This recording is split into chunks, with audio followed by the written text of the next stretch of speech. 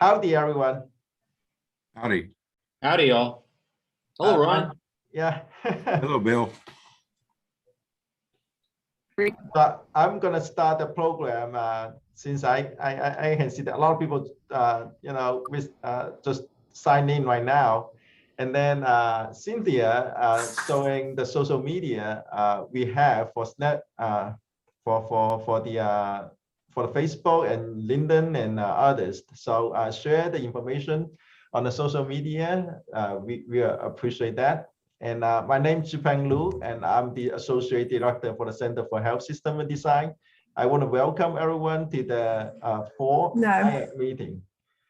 So today we have the second presentation, the white paper presentation for from our visiting scholar, Lesa Lorusso, Dr. Lesa Lorusso from Gresham Smith.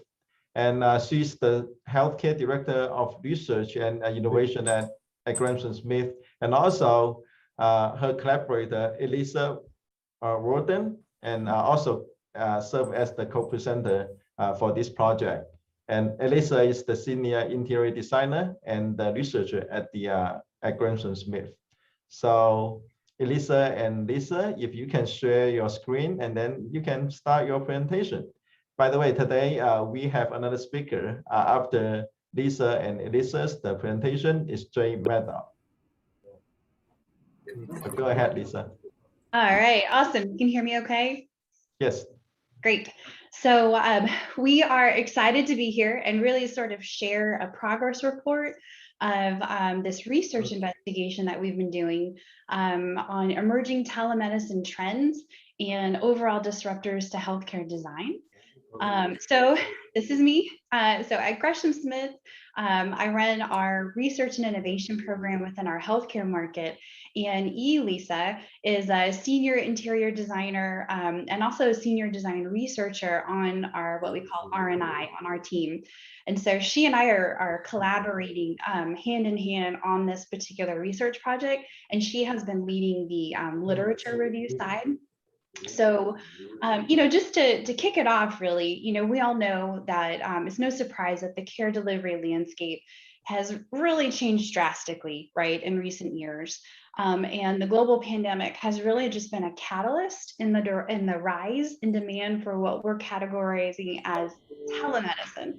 So not just telehealth, but really telemedicine as a broader sort of term, right? And so the World Health Organization is really noting that the global application of health technologies is evolving big time, right? Through things like the application of information using devices, medicines, vaccines, procedures, systems, anything that really starts to address healthcare needs and improve quality of life. And so that's, sort of sets the stage for the broader framework of what we're trying to learn more about within this investigation.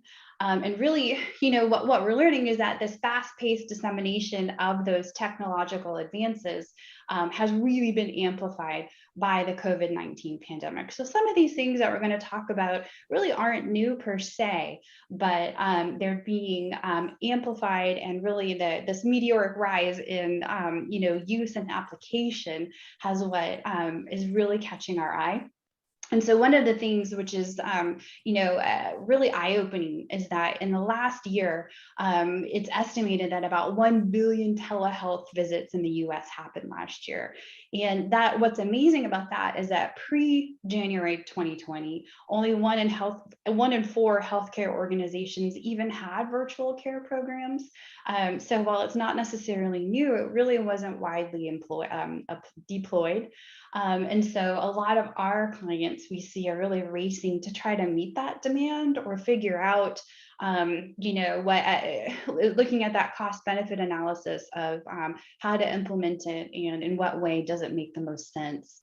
And really overarchingly, we're seeing that this need for telehealth and telemedicine in the broader context is really, really important, right? For not only for patients, but caregiving staff, trying to keep the more mild cases out of the hospital, which, during surges reach capacity capacity. So trying to keep the mild cases out, save beds for the more acute care patients, and really reduce needless exposure. And so those are some of the things that we're starting to look, just look more deeply at. So if we go to the next slide, I have to give a giant shout out to the Center for Health Systems and Design team. So one of the things that's been fantastic as being this professional visiting scholar, experiment that Bill was talking about earlier, it's not just great for me as a visiting scholar, but it's great for my teammates. And so what some of the things that it's enabled us to do is bend the ear of these global experts like Ray Pentecost, Kirk Hamilton, to be able to get on regular phone calls with them and have these fascinating discussions. I feel like I should be getting some sort of college credit for a lot of the interactions that we've been having. But in a recent conversation with Ray and Kirk, we were talking with a couple senior design leaders within our healthcare practice, Kevin Kim and Brent Hughes, and just really about talking more broadly about this investigation that we're doing. And Ray pointed to the fact that according to the American Hospital Association's recent data set, so Google it, look it up, it's cost a pretty penny, but every year they put out this AHA data set. And when you look at it right now, it's saying that really only 5% of US admissions are inpatient. And this is data looking at last year, so it's always retroactive, but which seems to suggest that a large majority of healthcare can and is being done outside the walls of what we know to be a traditional hospital. And so along those lines, in some ways we're either, you can look at it as you're designing for that 5%, or you're looking at that other 95. And so, some of the things, and of course, like anything in research, it's subject to wide interpretation. So if it sparks a lively debate or a discussion later, we've done our job. But, really it's supporting what we're seeing in practice in terms of this rise in community outpatient clinics, ambulatory surgery centers, and this surge in need for telemedicine, right? Because those are the things that are really addressing the need for more outpatient care. And, again, like we said, to really work towards clearing those hospital beds for the most acute patients and reducing needless exposure. So it's been really interesting. So if we go to the next slide, we'll geek out just for a minute, seeing as we are wearing glasses and we are design researchers. But we thought it would be good to share with you the methods of what we've been doing. And so, of course, like any wonderful, well-bred research geek, we started with a research question. And so overarching, what we're looking at is what are the latest innovations in telemedicine, so that broader term of telemedicine, and what are the impacts that it's having on healthcare facility design. And so this is where Elisa, starts to rise up in a big way.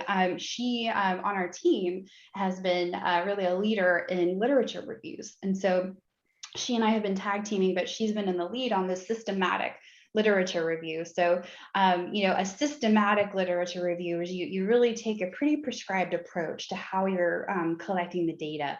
You almost scaffold it up like you are doing a research study in and of itself. And so that being said, what we want to share with you is that we looked at several databases, one being the Texas A&M Library, which is made me gloriously happy to be able to swim around in so much literature and resources. But through the visiting scholarship, I was able to gain access to mobile access to the Texas A&M libraries. Gresham, we also pay for Deep Dive, which is a large database of peer-reviewed literature. And then we used Google Scholar and the advisory board. And as you start to swim around in all that information, you really have to be organized. So we used Zotero, which is a citation manager. It collects the metadata of the resources and the papers that you're starting to pull, because before you know it, you have way more than you can handle, and you want to really start to be able to stay organized and compare. And so basically Zotero pulls the metadata for the articles that you find, and then you export that into an Excel spreadsheet that's called a journal citation report. And that really allows you to sift through in a more organized way to look at, does it meet your inclusion criteria? And so we wanted to have a pretty broad umbrella. And so we included peer-reviewed, but then also popular sources. So gray literature is something that would include a dissertation, something that's not officially published in a peer-reviewed journal, and even some trade magazines, healthcare design magazine, things that are more trade specific, but they all had to be written in English and fall within the years of 2016 and 2021. And we wanted to make sure that they were addressing explicitly the impact of technology on healthcare delivery, operations, facility planning, and then remote monitoring, product development, and patient care. So before I hand it off to Elisa, one of the three sort of main themes that you see on here are what started to rise, right? And so as you're sifting through the data, what we found is that these three overarching themes of telehealth, remote monitoring, product development, and direct patient care. So the future of remote monitoring and telehealth really is helping to expand access to home care, virtual checkups, e-consults, portable exam units, HIPAA compliant biometric data platforms. A lot of those things and advancements in those developments are enabling clinicians and providers to diagnose and treat patients remotely in ways not in much bigger ways than before. And then outside of telehealth, innovations in actual product development have really been transforming care delivery. And specifically, we're finding in the areas of cardiology, in brain health, diabetes, and cancer care. And then lastly, outside of both of those two, direct patient care, we have a lot of health technologies, innovations in applying artificial intelligence, augmented reality, and robotic assisted procedures are really advancing in big ways and leaps and bounds, which has really been really interesting to look at. So with that, I will pass the mic to Elisa to give you more of a deep dive into those three categories. Thanks, Lisa. So the first section that we're going to talk about is the telehealth remote monitoring. And I just want to note that we have all of this in a paper format, which we're happy to provide after. Trying to distill this into a PowerPoint presentation, we just, it's really not conveying all of the information that we collected, and there are hyperlinks and resources and references in the white paper that are really fascinating and would encourage everybody to take a look at, because some of the information and technology that's out on the internet and videos is just absolutely fascinating. It's really wonderful. But to talk about remote monitoring in general, it's been a part of our life for the last 20 years or so, at least, whether we realize it or not. And it's been evolving in various formats. But what's interesting is that humans have proven incredibly unreliable in self-detecting and responding to our own critical care. So this idea that we have these wearable devices that can help us self-monitor and detect critical events has really been a game changer for us as a patient group. So some of the technology that most consumers are familiar with right now are those wearables and devices, portable devices that measure body and gait movement. They can chart your movement. Some are familiar with the GPS tracking devices that runners are using to keep track of the mileage that they run or walk. what their route is, what their heart rate is, and so on and so forth. And there's also those devices that can help gauge human speech, whether it's you're dictating into your phone or other device, or you're having your computer read to you. So some of those devices that you see on the market are the smartphones, the smart speakers, where you're asking Alexa to do something for you or turn on the lights, the fitness bands, even some home health robots that may not be as familiar to a lot of people. There's smart clothing, smart beds, beds that can monitor activity, whether you're getting up and out and how many times you're getting out, monitoring sleep habits, temperature, body weight, those sorts of things. Closed circuit television is becoming much more available to the broader consumer, whether you're using it for your doorbell or home security. And then our laptops, our desktops, our mobile devices themselves are becoming remarkable assistants to us in monitoring our own health habits. But the wristband style, according to consumer research, is proving to be the most popular device. And with that, researchers are focusing more attention on technology that can be integrated into the wrist device, knowing that if consumers are given an option, they're more likely to wear the wrist device and than any other format. So to implement a new technology, the researchers are thinking that, well, if we build it into this device that's already popular, then patients are more apt to comply with wearing it and using it for home health. The one piece on the far right, we make mention of blood pressure monitors. This is probably the one aspect, one piece of technology that is most anticipated by the medical community. Currently, there's no technology out there for a cuffless blood pressure monitoring device, whether it's something that's attached to your finger or wrapped around your arm.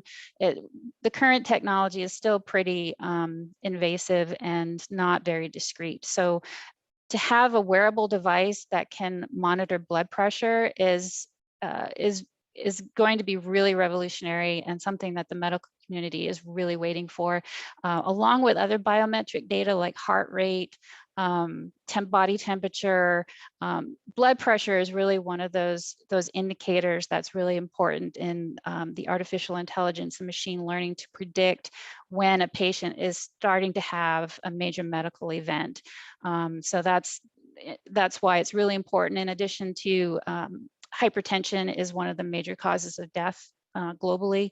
So being able to have a wearable that is continually 24/7 reporting blood pressure is going to be really, really important. And the stakeholders in the wearable community is not just patients and providers, but the healthcare systems and insurance companies are really invested in the development of the wearable devices as a tool for collecting biodata, because it's going to become and continues to become an important mechanism for reducing readmissions and subsequently reducing medical costs.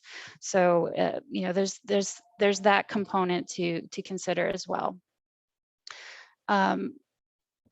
What we're showing up on the screen, these are all charts and information that's being provided in the white paper as well. So we won't read through these for you. You can do that at your leisure.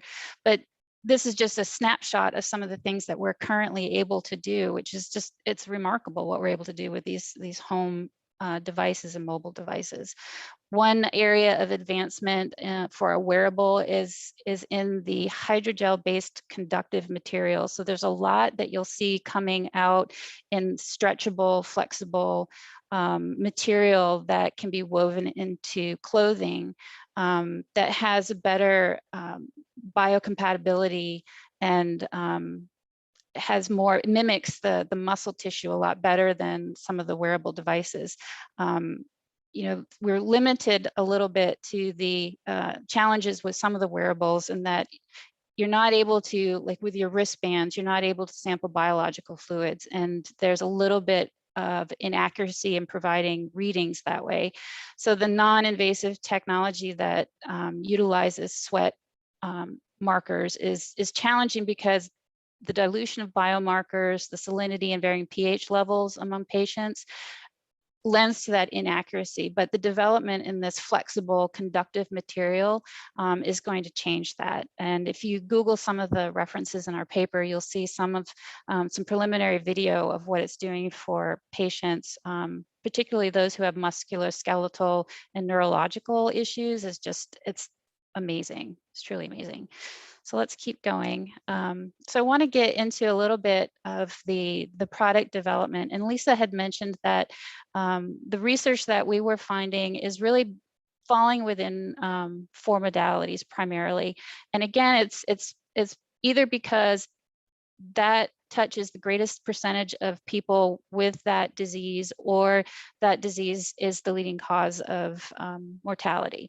So cardiology, brain health, and diabetes and cancer care were the 4 that we really focused on in the paper.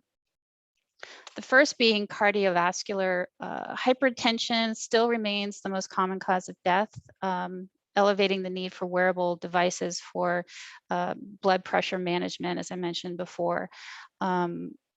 The technological advances in functional electrical stimulation in these embedded devices, as I mentioned previously, is really taking off. So electrical stimulation as part of this management of self-care is becoming really important. We've got some pictures of some of these wearable devices that you can see.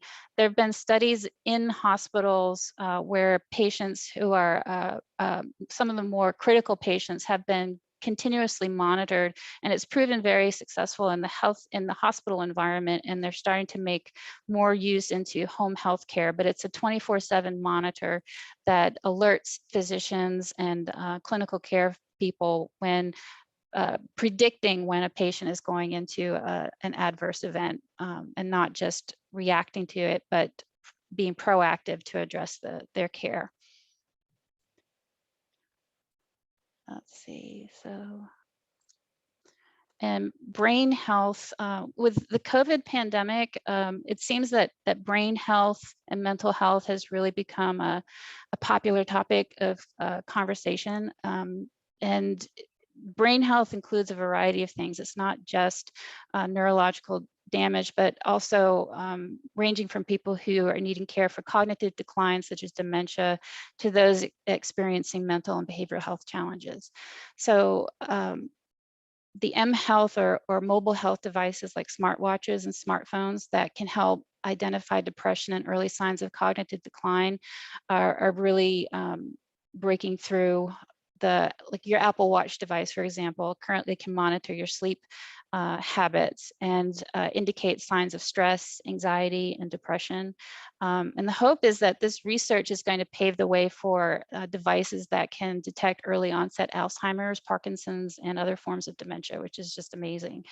The military is currently using or currently testing or deploying some technology for military veterans with the hope that it'll expand to first responders, police and fire department personnel regarding PTSD monitoring.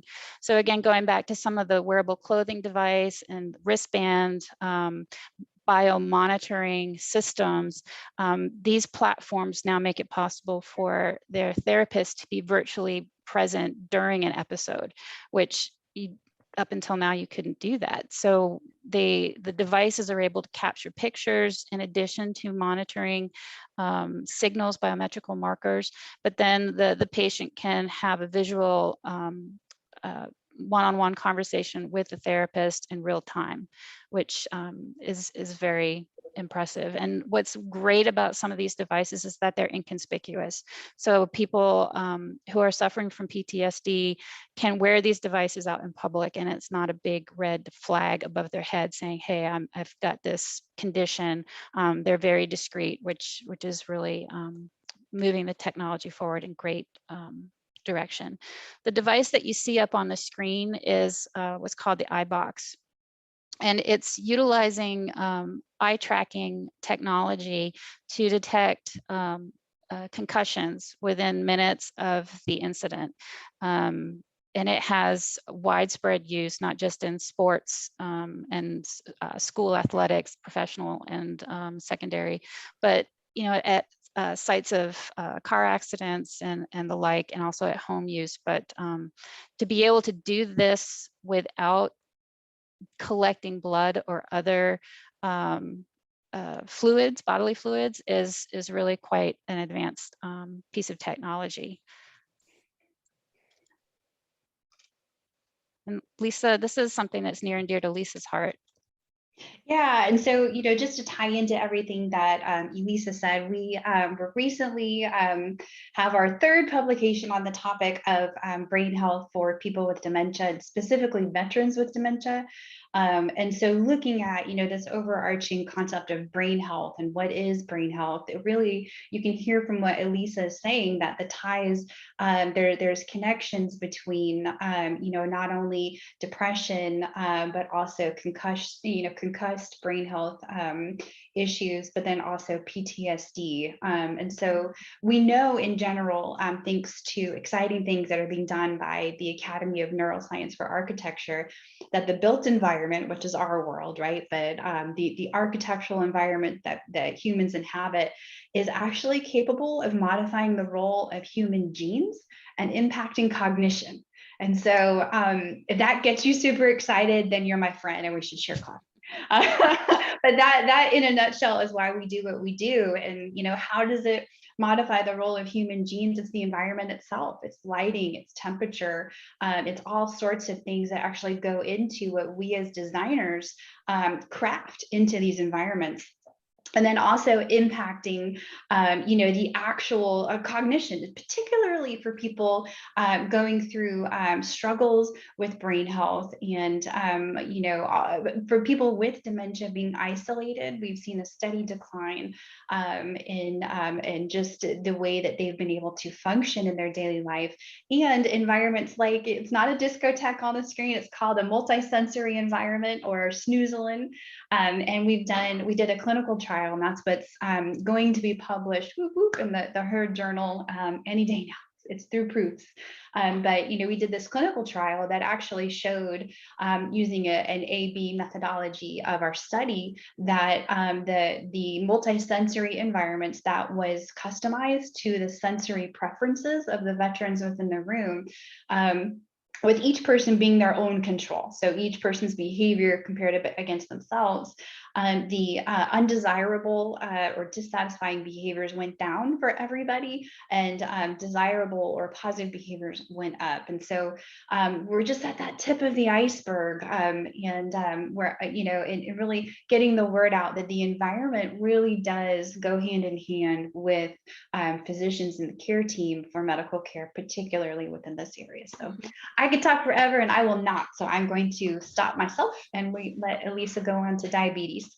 Well, and also speaking to the elderly population, One Health System was discovering that through the pandemic, when we went into that mandatory lockdown, that the elderly population in particular, their health decline related to isolation and loneliness really took a nosedive. So the ability for them to connect and just have a conversation with that patient population was much more beneficial than any drug that they could prescribe for that group of patients. And we get into that in a little bit more detail in the paper, which is really interesting.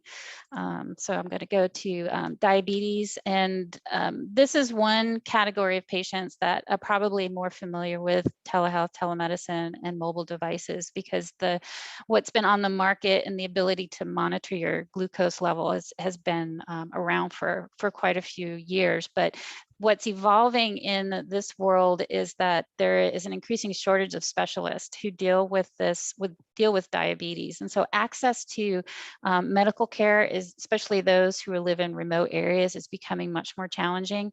And the data suggests that for folks who are living with diabetes, you have more successful outcomes when you have more interaction with your specialist. There are a number of factors that go into wellness, and the major contributor is behavioral modification. And without that access to continually touching base to care providers, we're human is what it comes down to, is that we have an inability to commit to eating well and going out and walking and just those behavioral modifications. So to be able to use telehealth as a way to check in more frequently has been beneficial, and just the kind of biometric data that the technology can monitor for diabetes care is really has been really making a lot of strides. The future is looking towards devices that can actually and there's some actually on the market now, but to administer medication to diabetics, which is really great. Cancer care is another area that these mobile wearables are really making an impact. The future looking forward, again, is looking at devices that can actually administer pain medication, and then also just lost the word, but cancer Outcomes. treatment. Thank you. There's just so much running around in my head after all of this. It's just, but there are devices currently out there that allow for physicians to monitor pain care for cancer patients. And where this is really going to make a huge impact is that currently the major prescription for managing pain care in cancer patients is opioids. And anybody who's been reading the paper, especially down here in Florida, there is a major problem with abusing or becoming abusers of pain medicine. So this technology is allowing not just the patient, but physicians to monitor that delivery of pain medicine and avert a problem with overuse of pharmaceuticals. So that's truly amazing. Let's keep going because I'm watching the time. If you're familiar with Watson, IBM Health Watson, Watson's making a comeback on being a virtual care health advisor and using AI and machine learning to actually personalize cancer care treatment and really providing a more personalized level of care than what we've been able to do historically. So then our paper gets into direct patient care, and this first slide speaks to artificial intelligence and augmented reality. These are terms that have been kicking around for a while, but what you're not seeing that's going on behind the scenes is the development of algorithms and machine learning to analyze all of this data that all of these gazillion apps are collecting and creating this database that healthcare providers are able to create search parameters and have a broader audience of specialists who can contribute to recommendations for care and propose through machine learning what the best steps forward are.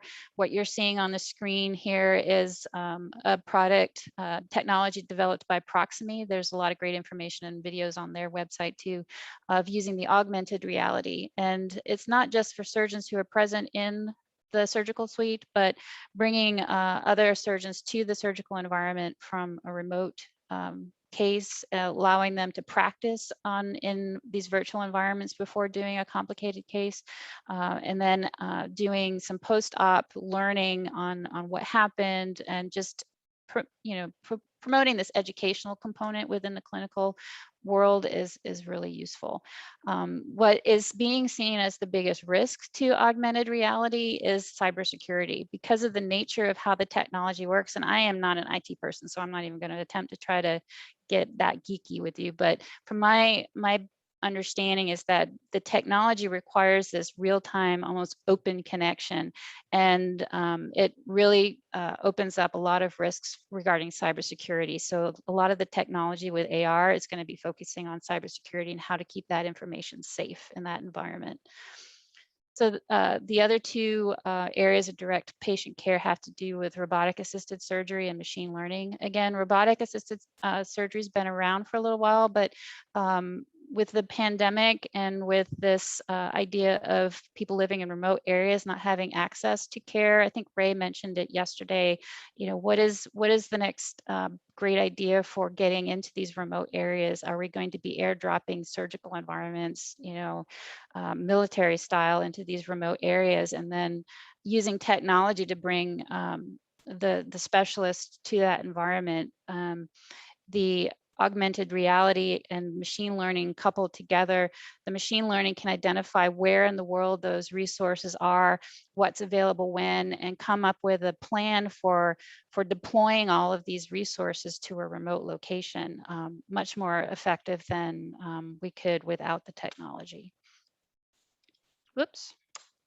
Again, this is in our white paper. I'm not going to read it to you, just letting you know that there's a lot of information about the benefits of machine learning. And for those of you like me who read a lot of science fiction, it can be a little scary at sometimes what the direction that we're going and what's possible. But it's really amazing what machine learning can do for delivery of healthcare.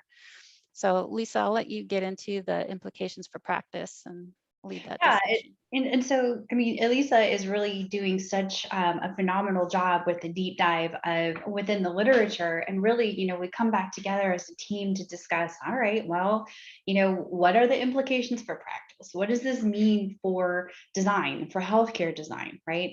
You know, and some of the big things that we're finding is that really, like Elisa previously mentioned, the quality of data collection and cybersecurity really are becoming paramount with a lot of the new devices hitting the market, right? And so there's always this sort of these two horses running together, and their innovation, but then also you know, security. And so sometimes when one horse gets the lead, and it's just trying to get them so that they are more in step with each other, is going to be really important. And looking. Sorry, Lisa, just to mention there real quick, the difficulty there with all of those apps and technology hitting the market that's readily available to consumers, there's currently no vetting process for all of that data collection. And a lot of consumers we're just not educated on what's safe and what's not. So we're quick to provide all this personal information and shoot it off into the cyberspace, but then where does it go? Where is that data? And are all the apps asking for the same type of data, so that makes a quality data set for us to use the machine learning from, you know, garbage in, garbage out kind of thing. Right, and just kind of maintaining, well, what are the controls, and you know, just who manages that, and then, you know, looking at this overarching expansion of telehealth, telemedicine. Really, the assumption is really looking based on what we're finding, that you know, more care is really going to continue to take place outside the traditional hospital environment. So I think we can get excited about that, or we can get grumpy about that. So if you get excited about that, that's where innovation really comes into play in a major way. You know, as designers, we can really step in and start to be really creative, and maybe partner with industrial design teams and care providers to start to imagine what these spaces look like. You know, technology is not going to replace the need for sterile surgical environments, but really better wellness management through the telehealth is really going to help prevent the need for care if it's not needed, and allow for surgical patients to recover more at home, and really keep moving with advancements in those areas. So moving forward with our discussion, you know, we want to leave you with sort of these questions, right? So, you know, you start off broad, you pinpoint, and then you end up broad again. But really, some of the biggest disruptors that we're seeing right now, and this got, we had an amazingly exciting conversation with Ray and Kirk, but really talking about, you know, some of the big disruptors that we're seeing right now are large retailers. So although we're seeing, you know, certain things, you know, certain care being provided at the corner of happy and healthy, right? Walgreens, CVS, Dollar General. They don't seem to be the biggest players. These big players that are sort of in ninja stealth right now are Amazon and Walmart. So a lot of these large retailers, particularly online retailers, they're really fast becoming these major stakeholders in this business of healthcare data and services. And they don't always like to share. And so if they're creating and they're managing this data, I remember Elisa and I talking about, particularly with Google, there was a particular technology that Google owned the rights to, and the entire system had to change to the Chromebook so that they could access. I mean, there's some big big things coming down the pike with some of these larger retailers. And so the next, sorry, Lisa, to interrupt, but just the next piece that's adding on to that. So for years, Amazon and Walmart have been collecting consumer data and understanding what's important to them, to the consumer. But this next level of DNA collection with all of these home kits that are being sold across the retail market, that in consumer information, now they're collecting DNA information with, and it's just, where is that going to go? And who's holding on to that information coupled with the retail consumer needs? There's a lot of questions, I think, that are coming. And so to wrap, really as design teams, I think we really need to work hard to understand better the link between telemedicine and the built environment. And within those, really drawing stronger conclusions to the role of human experience, because that, as architects, designers, engineers, that is our wheelhouse, right? Human experience is what we went to school for and what we have been, working with for our entire career. So that is our expertise. So what is the role? How does it impact the human experience? And then how do we make these spaces adaptable and resilient? We saw through the COVID pandemic that global issues can happen and bring surges and issues to healthcare systems that were not previously anticipated. And so how do you predict or prepare for what you have no idea is coming? And a lot of us are dealing with that right now with our design projects, but really keeping that front of mind and thinking about how to integrate technology in a big way, but technology that's constantly changing. It used to be that we were designing ORs for a Da Vinci machine, and then as soon as the OR was truly built, the room was out of date, right? But now we're not just talking about these large pieces of equipment. We're talking about much more nimble, agile technology, and what does that look like, and how do the environments that we design address and collaborate with that? So with that, we sort of open it up to discussion or questions. And thank you so much. And this is an excellent presentation, and learned so much. And I'm really impressed by the deep understanding about telemedicine and different technology you have mentioned, and also the cybersecurity issues as well. So we have maybe 3 to 5 minutes for discussion. Any comments from the audience?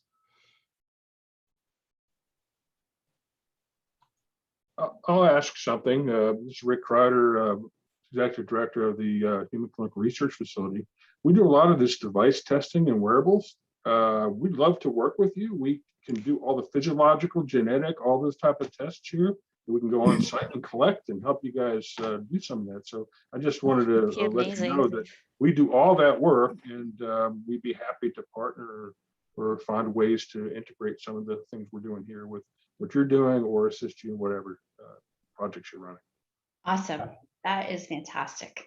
So we work with Rick a lot in the past, and then Rick has his own lab, right? The clinical lab as well. So we are happy to make that connection. Oh yeah, that would be great. And some of the stuff that we've done with the VA, maybe we can give you more of a download on that and with the tech and what that looks like. That sounds fantastic. Yeah, the only thing I will also is we work a lot with industry, for example, and we have widespread capabilities to upscale IP. I'll give you an example. For example, we work with Curves, and they were developing monitors to help women stay on track. They at one time were up to 5 million women in 78 countries. And so they had the capacity to take ideas that are engineered and manufacture them and get them to widespread use that you can then collect data. So we've done online surveys and on-site surveys and studies here. So they have a very large home exercise integration program. And so it seems we need to get some of the ideas where it's not only telehealth and patient monitoring, but into a wider aspect of just like wearing a Fitbit or something to watch it, getting blood pressure and heart rate, and help increase awareness of people when they need to go to the doctor or when they can self-monitor. I would love to have an offline conversation. I just put my email.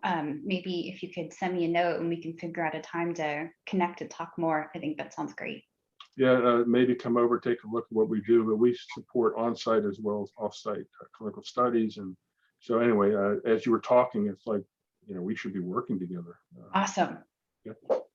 And with the connection with VA, Lesa and Elisa, and I think that would be great, the funding opportunity for both Gresham Smith and Rick as well. Awesome. This Bill, Lisa, excellent job. It's just brilliant is the word that comes to mind. It looks to me like we're at the cusp of a sea change here. It's a very significant one. And so what I wonder is, how is the sea change going to be managed? Who's going to manage it? Is this we're going to let capitalists decide who gets what services, or are we going to look more toward the government? I mean, I don't have a slightest idea what the answer is, but did you look at that? Are we going to look at that? Should we look at that, I guess? Yeah, there were actually a few articles that started to address that, and the FDA is actually getting more involved in regulation. But from what articles that I came across, it seems like that's something that's just getting underway. And it was the pandemic that brought a spotlight onto the fact that currently hasn't been talked about and is a need. So where it's going to go, I'm like you, I don't know where it's going to go, if the public's going to be receptive to that all of those devices are now going to be regulated by a government entity, or if they're looking for that, I don't know. But I know that the FDA, the military are getting much more involved in controlling them, because they're concerned that the quality of the data that is coming out of all of this unregulated Internet of Things, that they want to make sure that everything is consistent across the board. So I don't know. I'm like you. I'm anxious to see where it goes. And even major leaders like Elon Musk, I mean, a lot of the people at the forefront of AI have voiced similar concerns of where does it go and who owns it. And, so, I don't think we know yet. It's still very much the Wild West. And so, I think we're all grappling like those two horses running side by side, trying to figure it out. But, the answer to you is both, we're not quite sure, and just yes, all of the above. But it'll be interesting to see how everything continues to develop, the next year or two. Thank you. Zhipeng, can you hear me? This is Joe. Yes, Joe, just yes, go ahead. I have an excellent presentation. I just have a general question about research. Gresham Smith has always been right at the top of doing significant work, but you mentioned the advisory board. I just wondered, from an academic standpoint, what source for research do you find most available and most helpful? ASHI has a lot of research. Cadre, Center for Health System Design Research, the government you mentioned, and certainly there are other sources, but which ones do you find as a student is the best? Because we'd like to build on that momentum and take advantage of that as a source for any research we do. Yeah, I mean, definitely the Center for Health Design is a fantastic resource. The advisory board, we're an affiliate firm with both of those organizations. Honestly, the Environmental Design Research Association is a great group. It's called EDRA. And it's a great place where, nerdy people from, both academia and practice come together, right? People who are interested in the role of the environment on behavior come together. And then, just looking at, different resources, having access to Deep Dive was great. It's a large database where we're able to access a lot of journals. And then through this visiting scholarship, having access to the Texas A&M libraries is enormous. So, when you're in school, you have, access to all of these things. And when you're gone and you're in a firm, it is, you are so limited to the peer-reviewed databases and literature that you can actually get your hands on. And so, finding ways as a firm to even access the data, to be able to pull it up and read it and digest it is incredibly important. But those are some of the groups that we really keep an eye on as far as information. Thank you so much, Lisa and Elisa. I hate to cut you short, but we need to move on to another speaker. Thank you so much. Sure. And You're welcome. Elisa, can you stop sharing screen? So Jay, okay, thank you. And so our next Thanks, folks. speaker is Jay Maddock. It's been very helpful. I'm sorry to interrupt. It was great to meet you. Thank you. Thank you, Rick. Yeah. Gotta go teach. And Jay's going to talk about the importance of architecture in public health. So as many of you already know, Jay is the professor in the Department of Environmental and Occupational Health at the School of Public Health at Texas A&M University. And he also the ExCom member of the Center for Health System and Design, a long-time supporter for the center. And he's the co-director of the Center for Health and Nature and former dean of the School of Public Health, and also the former department head of Public Health Science at the University of Hawaii. He's internationally recognized for his research in social ecological approaches to increase physical activity. So that number is astonished, and he has served as principal investigator on over $18 million in external funding. So let's welcome Jay for his view on architecture in public health. Jay. Thanks, Ivan. And let me try to share my screen here and get that up. Okay, see the screen? There we go. Perfect. All right. I'm excited to talk to everybody today a little bit about the role of architecture in public health. And so starting from the main definition of what is health. So I'm sure many of you have seen this, but the WHO definition of health is a state of complete physical, mental, and social well-being, and not merely the absence of disease or infirmity. And then they go on. I really think this is actually a nice definition of what public health is. And it's the enjoyment of the highest attainable standard of health is one of the fundamental rights of every human being without distinction of race, religion, political belief, economic, or social condition. I think that's what we do in public health, is trying to make sure that every person in the world has the ability to have the highest possible health. Obviously, that's a lofty goal, but one I think that we're trying. And so when we get in and think about public health, a lot of times it's the things that stand out of the ordinary that kind of grab us. And so as everyone here in Texas remembers, Hurricane Harvey was devastating to the Houston area, massive flooding, loss of life, etc. And so disasters are becoming more and more common. We tend to think of them as major public health events and loss of life. Certainly in the last year and a half, COVID-19 has taken over just about every wavelength and bandwidth of everybody working in public health. It's been a true all hands on deck emergency. But what's interesting, and what I think you'll find interesting, is that if we look at the leading causes of death from 2015 to 2020, and particularly with our eyes on 2020, COVID-19 was the third leading cause of death in 2020.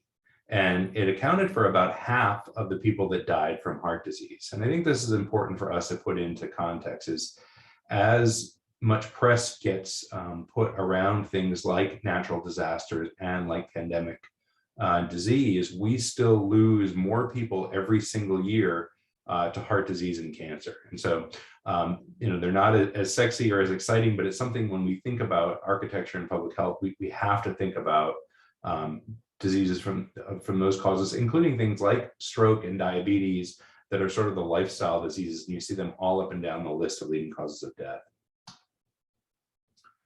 So what actually causes these? Tobacco, physical inactivity, poor diet, firearms, unsafe sexual behaviors in motor vehicles, and alcohol account for about 4 out of 5 of every death in the United States. And so we'll start thinking about how these are related. And actually, they did this study a few years ago, and the tobacco ones have shrunk over the years, and the physical inactivity and diet ones have increased. So why is this important? Well, we spend $147 billion just to treat obesity in the US. 75% of our healthcare expenditures, now this is pre-COVID, obviously, but when we get back to baseline rates, 75% of our healthcare expenditures are related to chronic disease. 19% of the US GDP and healthcare was spent in 2020, and those are actually pre-COVID numbers, up from 7% in the 1970. And 5.6 billion in healthcare savings would be seen if 1 in 10 adults started walking daily. So we can save a lot of money with looking at chronic disease and how we address chronic disease. And this is a global issue too. So 4.3% of China's GDP is spent on health care costs, especially theirs is environmental, related to air and water pollution. 9% of the GDP in the EU is on healthcare. 24 billion in lost income in India between 2005 and 2010 due to chronic disease. And we lose 52 million lives a year to chronic disease by 2030. And so, across the globe, chronic disease is the leading cause of death, even in middle income countries and some low income countries. What's important to notice is this is unevenly distributed. So this is a map of the United States. You can look at life expectancy at birth. The highest red color is 66. The darkest blue color is 87. So first off, what this says is there's a 20-year difference in life expectancy depending on what county you live in. And you'll notice that the California coast, places in New England, places in the Colorado and the Midwest enjoy lifespans in the mid-80s. And the majority of short lifespans are in the southeastern United States, where we really have a major epidemic of a variety of major epidemics that actually all cross in that area. If we look at what's happened in obesity from 1970 through 2010, continuing today, the US has seen this huge increase in obesity, but it's seen really globally. And in some more middle income countries like Hungary, like Korea, et cetera. And you'll see that the rate of obesity in the United States has hit close to 35%. So that's over 1 out of every 3 adults living in the United States is now obese. Another way of looking at it, and this way I like this does break it up, back in 1995, the eastern portion outside of New England had 15 to 19% obesity. The West was between 10 and 14%. Fast forward to 2010, and Texas, along with most of the southeastern United States, crossed the 30th percentile, while the Western United States was still a bit lower. You'll notice there is not one color left below 20%. And so this major epidemic of obesity that we've seen in the past 20 to 25 years. At the same time that's been happening, we've seen these deaths of despair skyrocketing, particularly in less educated white populations. Middle-aged whites with high school degree or less have just seen this major increase. And so we talk about deaths of despair. What are we talking about? These are opioid deaths. These are alcohol abuse. This is suicide, et cetera. So really people losing hope and dying from substances or from their own hand. So what keeps people healthy? This is Jay's simple list of what keeps people healthy. Physical activity, healthy diet, getting adequate sleep, being socially connected. Social ties are really important. Having control over your life is important. I run Health and Nature Center, so I'm never going to do a slide without access to nature, access to healthcare, and of course the social determinants of health, which are education, structural racism, etc. Negative things are abusing substances, tobacco, alcohol, drugs, having a poor environment in terms of air and water pollution, and obesity. These are kind of the major factors when we look at how do we affect people's health. So I'm a psychologist by training, and let's just take obesity. We have a 30+% rate of obesity in the United States, which we have about 90 million obese people living in the United States. If a psychologist can see 25 patients a week, we would need 3.6 million psychologists to see everyone on a weekly basis. Currently, there are 100,000 clinical psychologists in the United States. So we are a little bit short. And it really says that individual counseling is not going to get us out of public health problems, right? And so how much does the built environment affect health? When we look at architecture, here are two cities. Which city would you rather live in? The one on the upper left or the one on the lower right? And I think, you look at it and say, wow, that's it's Prague and the upper left, and Johannesburg, South Africa, and that right. And clearly there's a difference in the built environment, including about a 15-year difference in lifespan between the two countries, which are both middle-income countries. So this model looks at what are the determinants of health and well-being among humans. And you see our genetics obviously are in the center, but that's a small part actually of our overall health. Our lifestyle plays a lot, but as we build out, you see the community, the local economy, and then the built and natural environment, our global ecosystem actually affect a lot of what determines our lifespan, our quality of life, etc. And this is one for everyone in public health. Zip code is more important than genetic code, and this is a map of St. Louis. It's what's called the Del Mar Divide. So Del Mar Boulevard runs through St. Louis. North of the street is home values are valued at 78,000. Income is 22. Only 5% of the population has a bachelor's degree, and 99% is African American. South of Del Mar, home values are 310,000. Income is more than double at 47. 67% bachelor's, and 70% white. So de facto segregation based on race and income that we still see a lot across the US. And you can ask, well, does that actually affect lifespan? Well, here's a study that was done in Washington, DC, and I know many of us have spent time there and rode the metro. And you can see if you live out in Fairfax, which they're voting for governor the other day, or Montgomery, the lifespan is 84 years, and you take it into the heart of DC and you drop down to 77 years. So you're seeing a 7-year lifespan difference on a subway ride. And this is the power of the built environment in our neighborhoods. If we look at the factors that influence health, that the largest ones are social determinants of health or socioeconomic factors, and changing the context, making default decisions to healthy decisions, right? And so that's where we're having power, and that's why architecture is such an important factor in public health. So some of these early studies go back to the Whitehall 1 study. Sir Michael Marmot led this study back starting in the 70s. They looked at 10,000 male civil servants, gender specific, because this was the 70s and 80s when they ran this.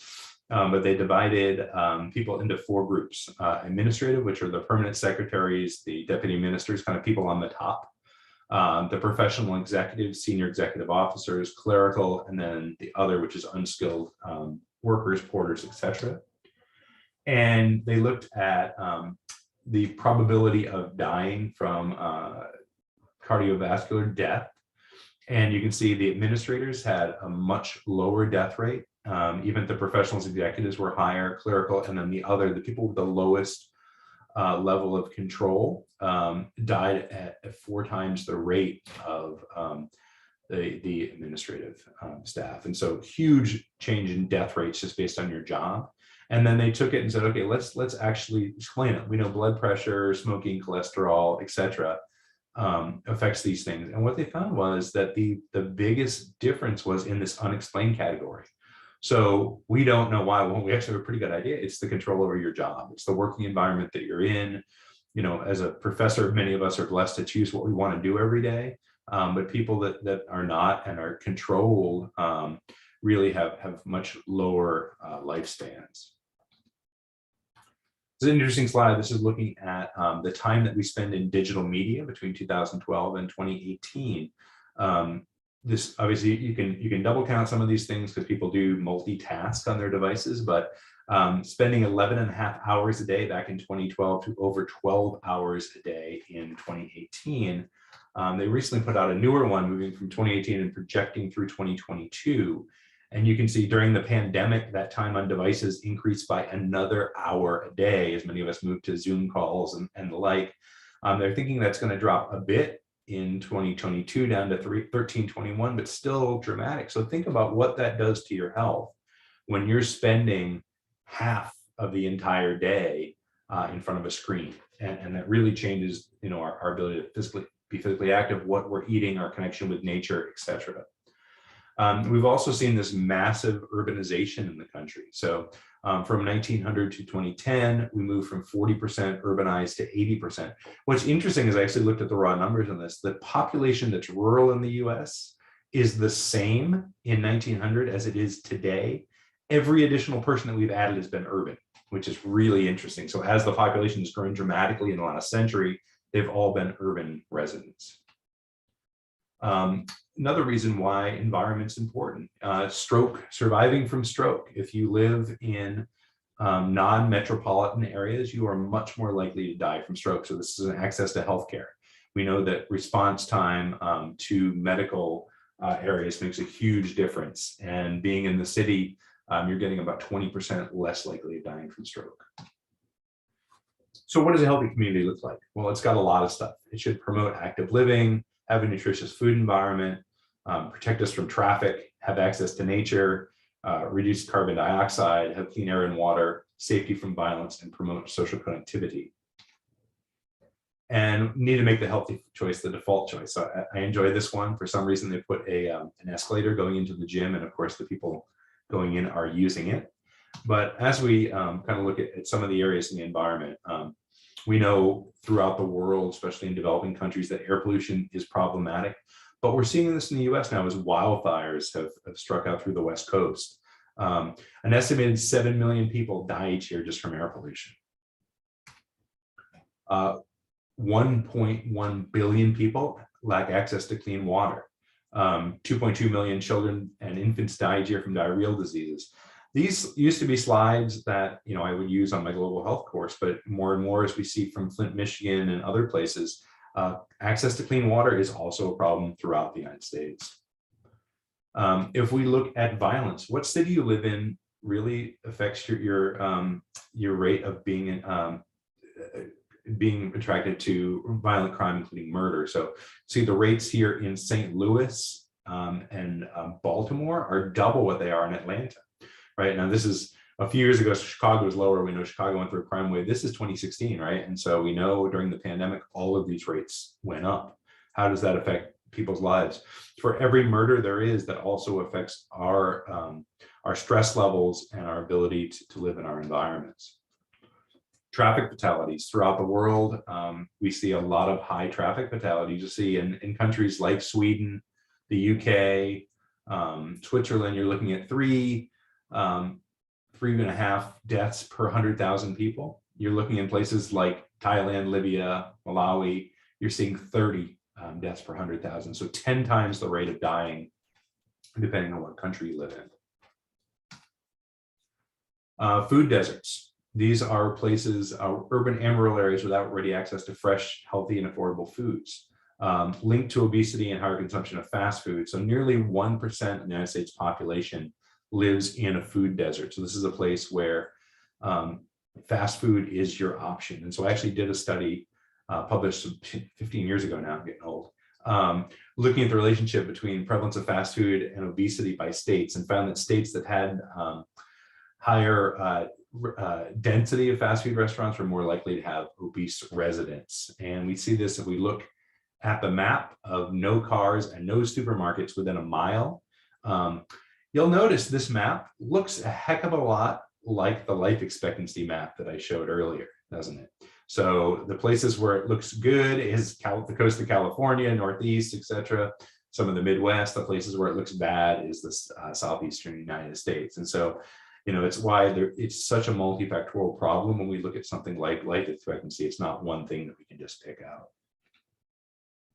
We look a little bit now at exercise, and there's Richard Simmons. Here's George Mann, who was kind enough to show me some of his pictures of him exercising. And so this is what exercise, you know, used to be thought of, and today it might look something like a CrossFit gym, right, where people are doing high intensity weightlifting to keep in shape. And if we look at the US guidelines for physical activity, it's 150 minutes a week of moderate intensity physical activity, or 75 minutes of vigorous, and 2 days a week of muscle strengthening, right? Now I showed you those obesity guidelines, right? So you would think, oh, geez, you know, everybody's getting obese, people must be exercising less. Well, here's 2001 through 2009, and this continues on, but people are actually exercising more in Texas. So how do we have people exercising more when obesity rates are going up? Well, we can look at the active but sedentary day, right? So you can wake up at 6, drive to work or school at 7, work from 8 to 4:30, and from the other slide, being in front of a screen all day long, drive home for an hour, meet your CDC guidelines by taking a 30-minute brisk walk, having dinner, watching television, going to sleep. Is that an active day or a sedentary day? I think I would argue that's sedentary. Even though you met physical activity guidelines for 23.5 hours, you didn't move. And so what's become a lot of the research in physical activity is the physical activity continuum. It really started with a lot of that, like I showed, exercise at the end day or intense exercise, and then look more things of moderate. And now we're spending a lot of time looking at light activity. And how do we move people from sedentary to light? Now, if people are spending 13+ hours a day in front of a screen, it's harder and harder to move people from sedentary to light activity. And that's what we're replacing a lot. So even though people are meeting guidelines, they're tending to get heavier. From our design community, you know, this is the walkable design, right? And so this is a beautiful walkable design. This is the neighborhood we wish we all had. And if you live here in Texas, we tend to build a lot of this instead. Right? Large areas where there's no walkability. We see kids walking to school on the shoulders of roads. It's designed to get in your car and drive. And too much of America looks like that. And for every success and nice shopping area we have, we build 5 things that look like that.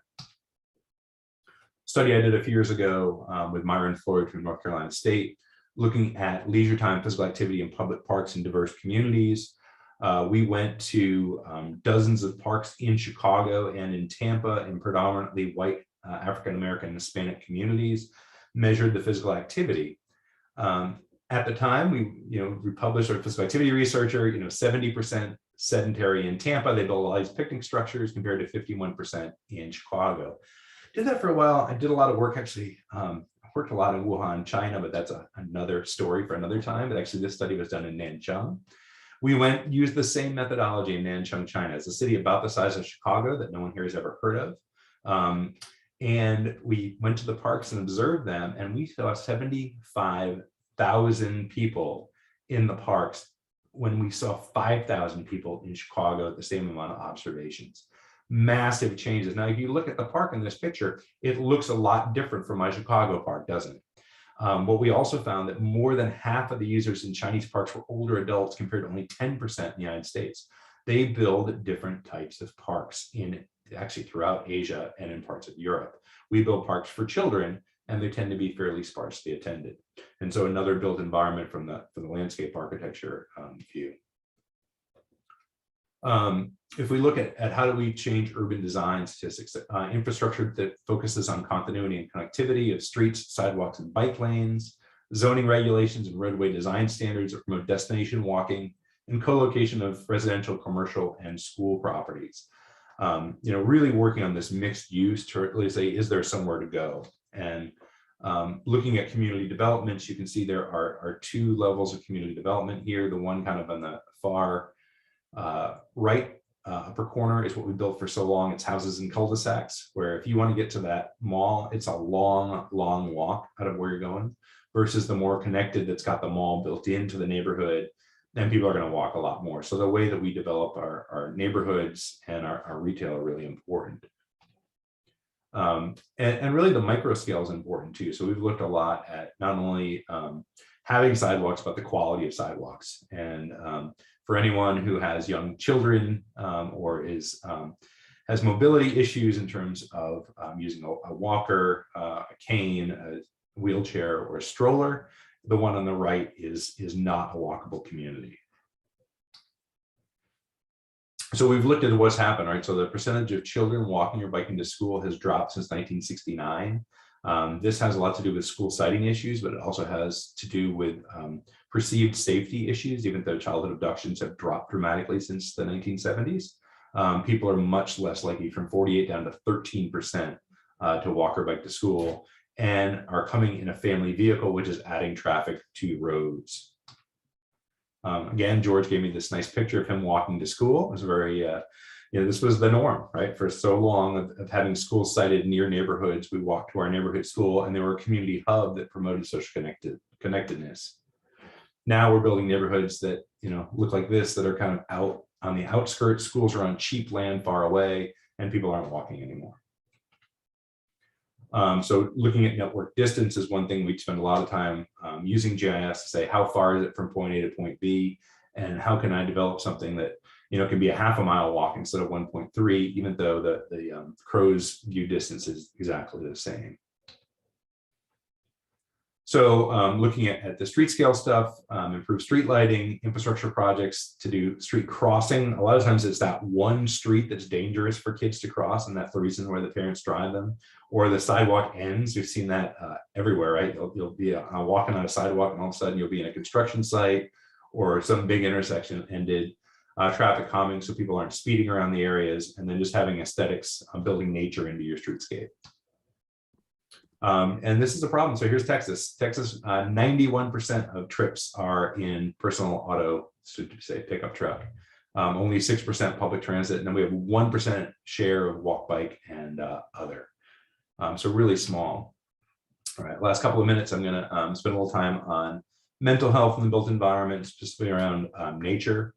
So E.O. Wilson, famous professor, has brought the biophilia hypothesis, the innate emotional affiliation of human beings to other living organisms. So Roger Ehrlich, who was here at Texas A&M back in the 80s, did some of the pioneering work, saying that people who had natural views in their hospital windows recovered faster, spent less time in hospital, less painkillers, less post-op. I would argue this is probably true for office buildings also. Anywhere we have a natural view versus no windows or a parking lot is a good thing for us. Just spending time in nature, people have less mental fatigue, less irritability and accidents, increased problem solving, increased concentration.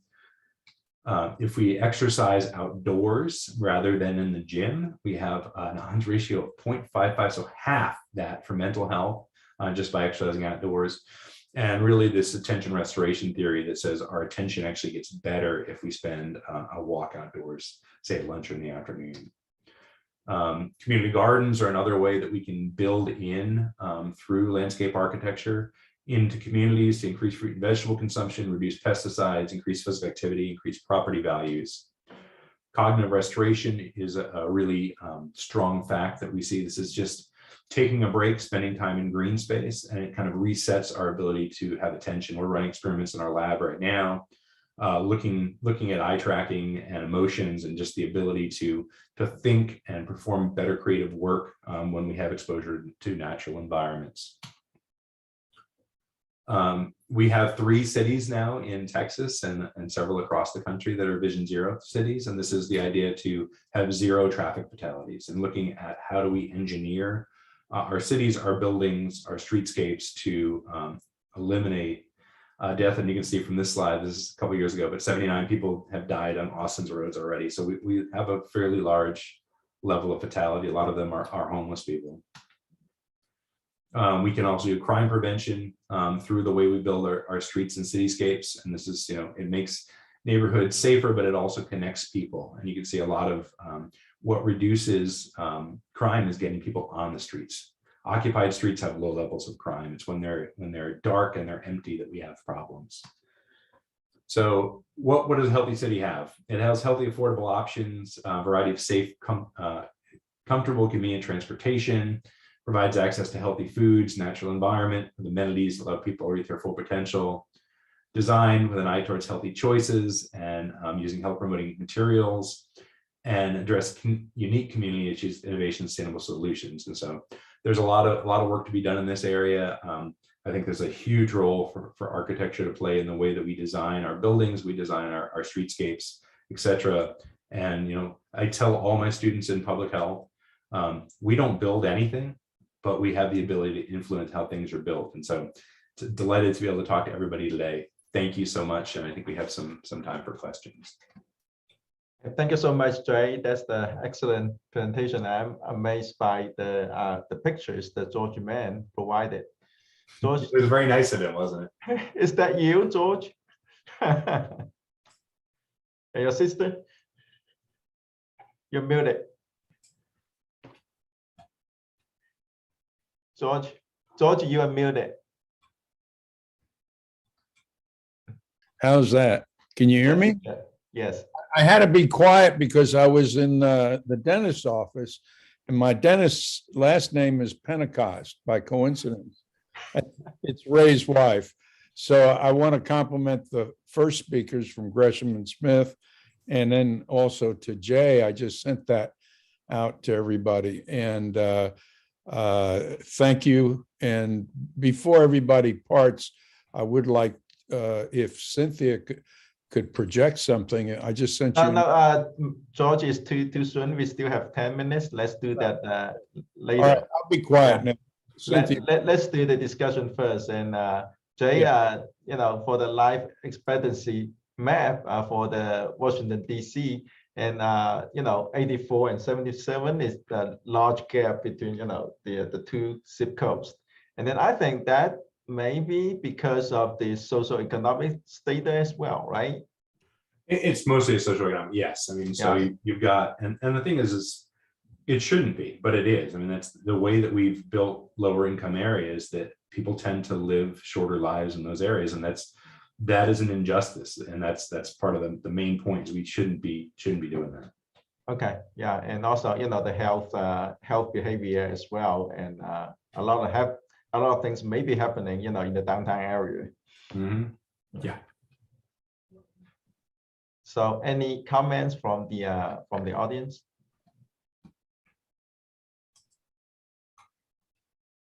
So Jay, I'm sending my kids to school, just like George's mother, working with George and his sister. That's great. And the elementary school just 5 minutes away, walking distance, and also having a really good walking trail connected my house to the school. And that's the built environment. Yeah, exactly. That's right.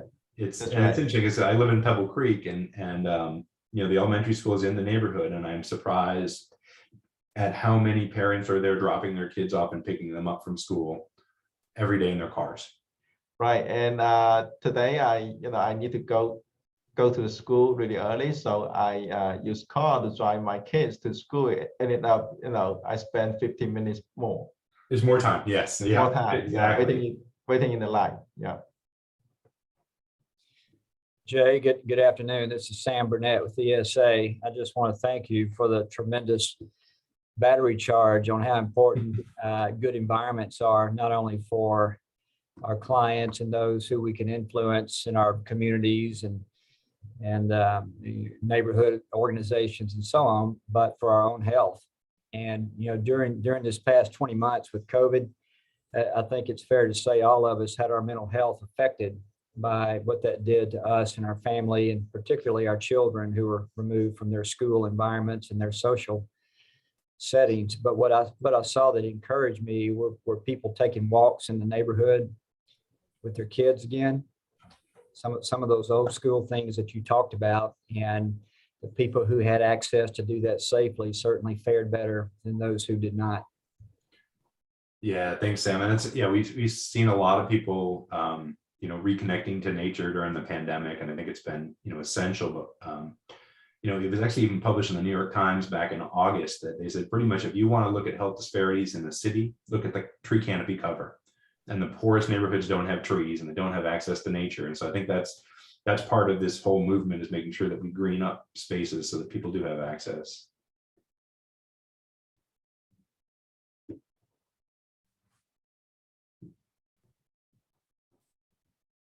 And any more discussions? Yeah, hi, this is Carlos Moreno. Can you hear me, Dr. Yes, Zil? yes, Dr. Lou? Carlos. Hi, hey Jay. Thank you so much for presenting to us. And I took a quick look at your bio online just to see a little bit more about your background and what you've been doing and so on. Clearly, you've been very busy.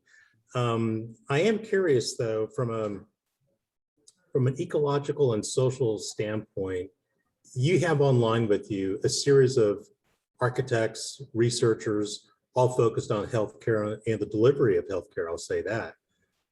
What would be your top 3 points of advocacy that you would want us to leave this presentation with relative to all the things that you mentioned? Because really, if I took your presentation, there's so much to unpack there, and it was incredibly powerful.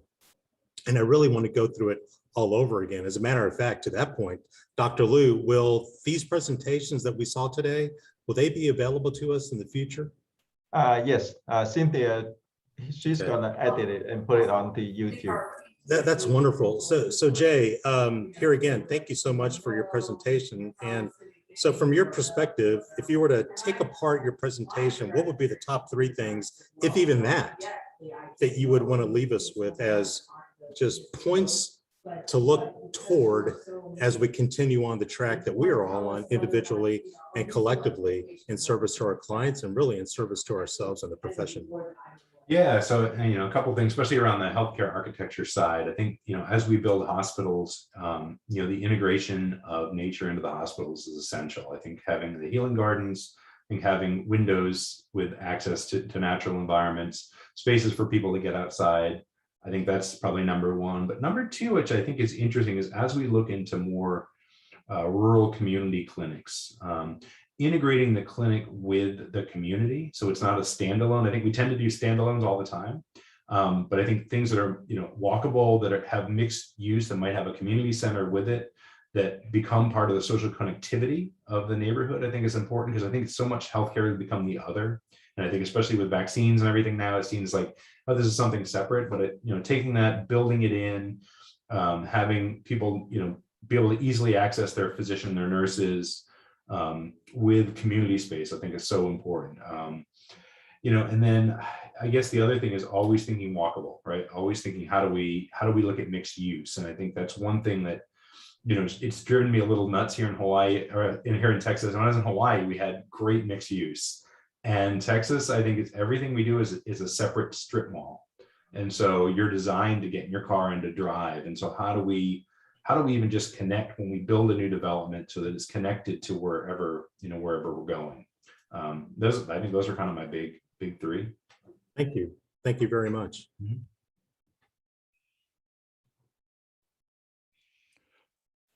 Any more comments? Yeah, can you hear me? Yes, George. Jay, a wonderful presentation. I particularly liked the picture of the Chinese park, and I was thinking that maybe their use of parks go back much longer than ours, to days without cars.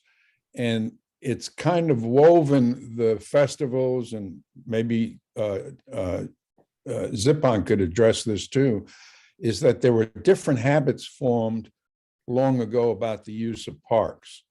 And I think that varies around the world.